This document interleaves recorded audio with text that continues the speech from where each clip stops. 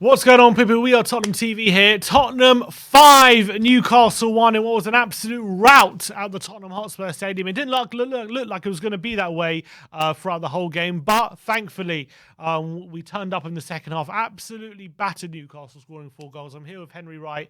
We watched the whole game together. What an absolute brilliant performance. And considering on 39 minutes we go 1-0 down through a free kick, and it's a very tight game, and you're fearing the worst. To come home with a 5-1 performance and a performance like that as well, absolutely brilliant stuff. How do you sum up that game? Well, you give so much credit to the players. Like you said, first half was very 50-50, a lot of knee-jerk stuff. Newcastle put a good shift in, to be fair. They got their goal from a set piece, but second half, we were just on another level. Every single player, Davies had a great game, Doherty had a great game, even Emerson. Dyer and Romero didn't really put a foot wrong, to be honest. Bentancur controlled the game. Kulusevski got an assist. Kane did everything but score.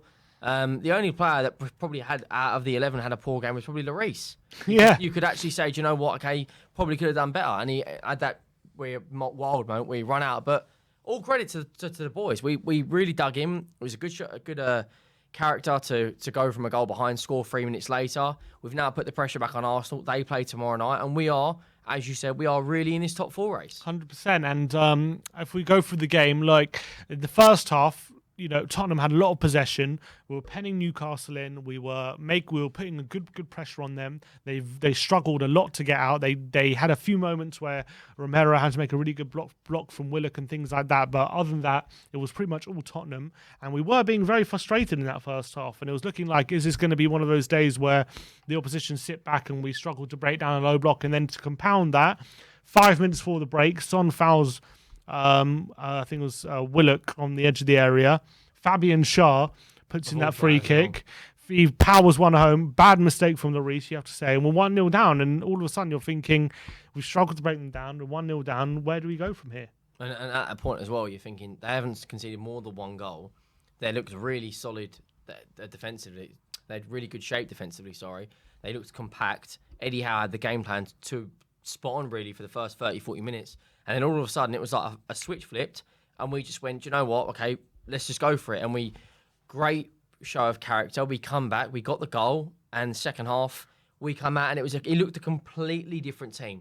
Newcastle were very, very average second half, but we was just at a different level. Yeah, we blew them away. But how important was it for you to get that goal just before half-time, to respond immediately and go in at half-time 1-0 instead of 1-0 down? Because I think psychologically, the fact that we'd had so much trouble breaking them down in the first half, the fact that as well we knew how much a win in this game meant to us, going in at 1-0 down, knowing the whole Spursy tag and everything, might have been a big weight to hold going into that second half. But the fact that we got the goal, we knew we can score against this team going into half-time. We made it 1-0, and then you saw how we came flying out the traps at the second half. And once we came out the second half, we just didn't look back. We got that goal 3 minutes in. Matt Doherty arriving at the back post after another brilliant pinpoint ball from Harry Kane. Bit of luck where Son doesn't touch it, but it falls to Doherty. He gets on the score sheet. And we just went from strength to strength, didn't we?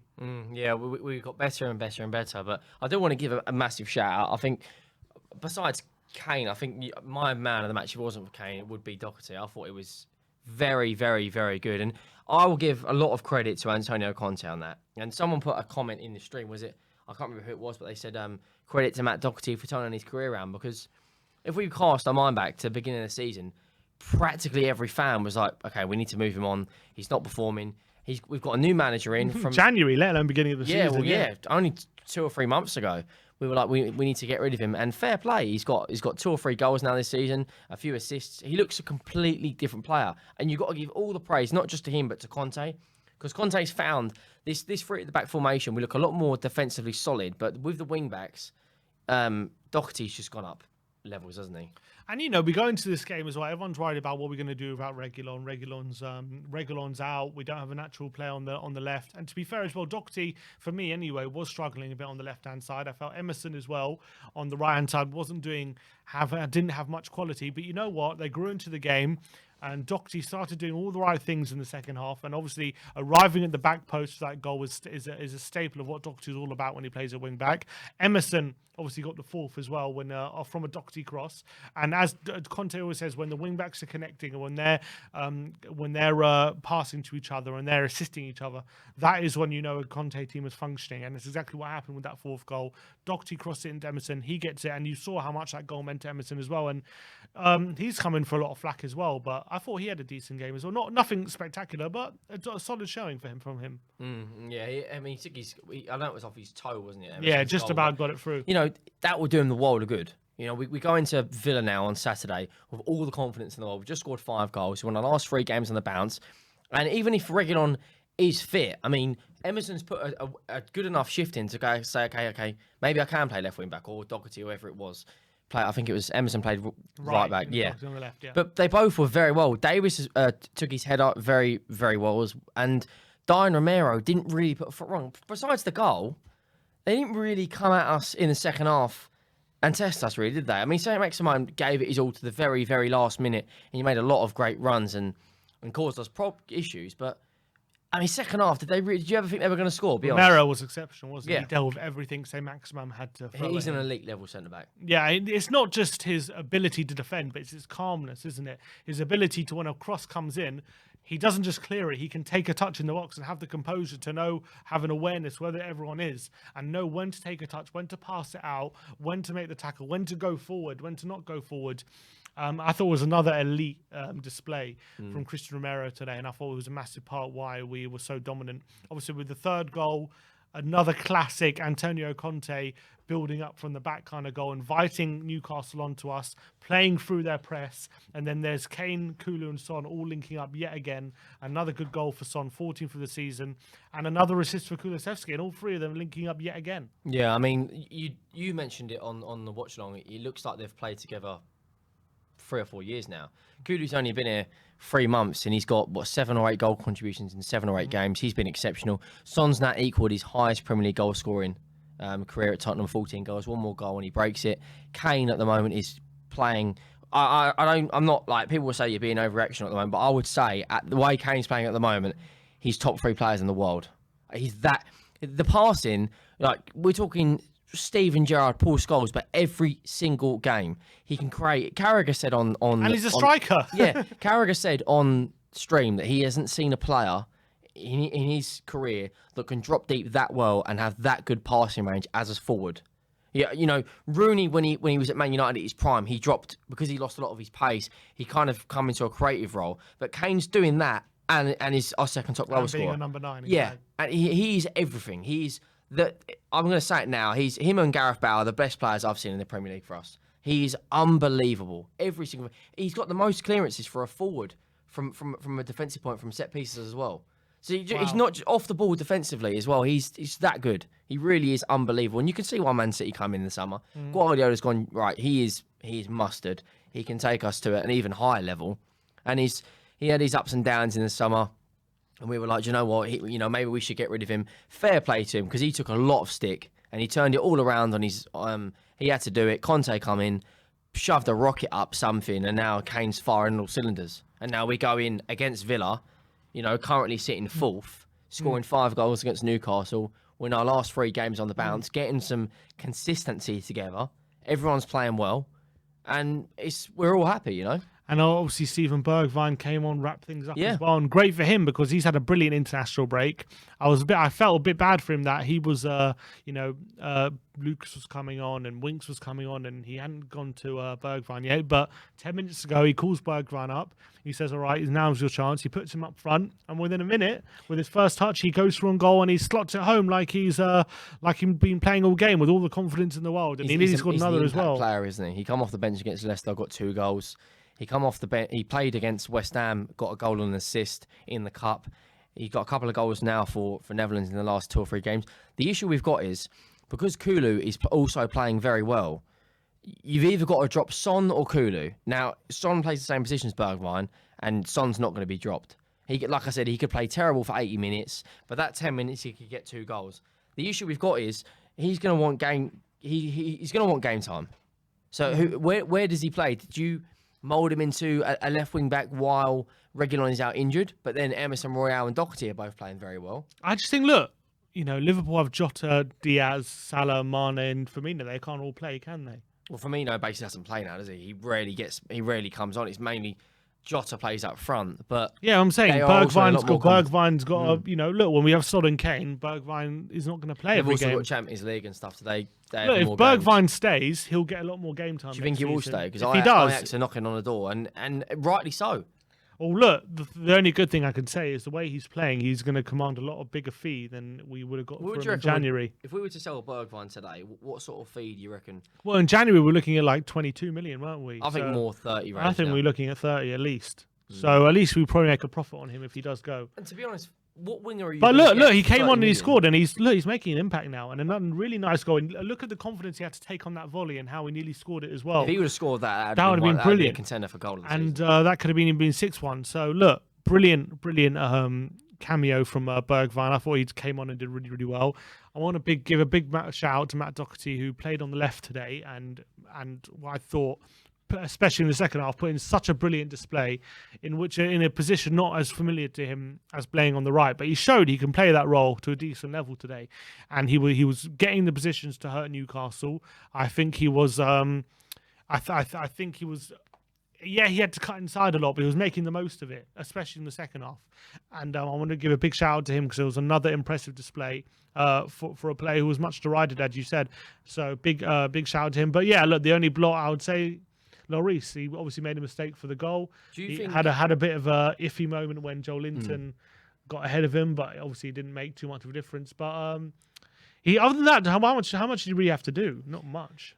Well, you always get judged on what you did do during that game, and that's what separates the top elite goalkeepers to, the average goalkeeper. I'm not saying Lloris is average, but it's concentration. You might only have to make one save a game, but just make it. I don't know if you saw earlier, I think it was on Twitter, that one source was saying that we were looking at Sam Johnson today at West Brom. I think it might have even been Football Daily. Now, they obviously lost 1-0 to Birmingham, and Birmingham right down the bottom. Do you think we'll buy a goalkeeper in the summer and this will be Lloris's last full campaign? Because the likelihood is, unless something goes catastrophically wrong, we are going to get a European football, whether it's Champions League, Europa League or Conference League. We are going to be in European competition. Unless we go on a really bad run of games. The likelihood is we're going to sign a goalkeeper in the summer because we're going to have more games. Galini will probably go back to Italy. Yeah, I don't think Galini's good enough. Yeah. When he has played, he's been awful at times. I remember we did the watch along for the Chelsea game in the cup, and he was mistake. Yeah. Do you think this will be his last? I think we might sign a keeper, but I don't think we sign a first choice. But there are goalkeepers out there that would, like Dean Henderson, for instance, not playing at United, could come in and be a number one. Nick Pope at Burnley.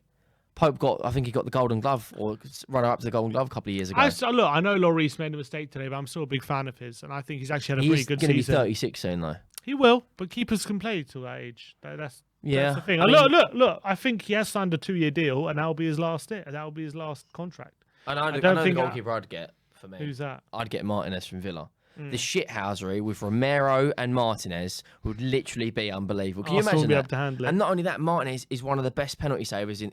Like, he probably psychs them up, gets inside their head. But like Lloris is still a very, very good goalkeeper. I'm just saying there are a lot of things that's kind of creeping into his game. Like, he didn't necessarily need to run for that ball earlier. Yeah, but he's always been like that, hasn't he? Yeah, that's the rashness coming out. He's like if Romero was a goalkeeper at times. That's absolutely right. Look, the 5-1 win puts us in 4th place now. We're on goal difference 14, one ahead. Are we on one ahead of Arsenal? No, probably more. 2 ahead of Arsenal. Two ahead of Arsenal now. Another comprehensive victory. Another game where we've scored 5 goals after Everton, and we're scoring goals for fun at the moment. We really are looking creative and looking great. Fourth highest goal scorer, fourth highest scoring team in the league. All of us, I don't know how that's happened. Behind City, Liverpool, and Chelsea. I don't know how that's happened, but there you go.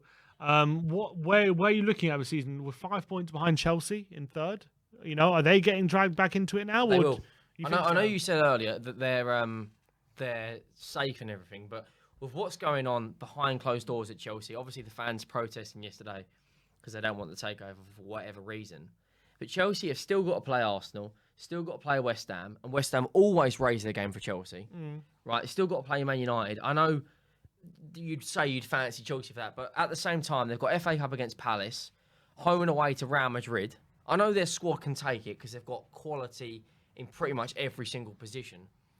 But I don't think they'll go and beat Southampton next weekend. I'm going to say it now. I don't think they'll beat Southampton. And I if can they imagine do, Broja, of all people. Can he play against? No.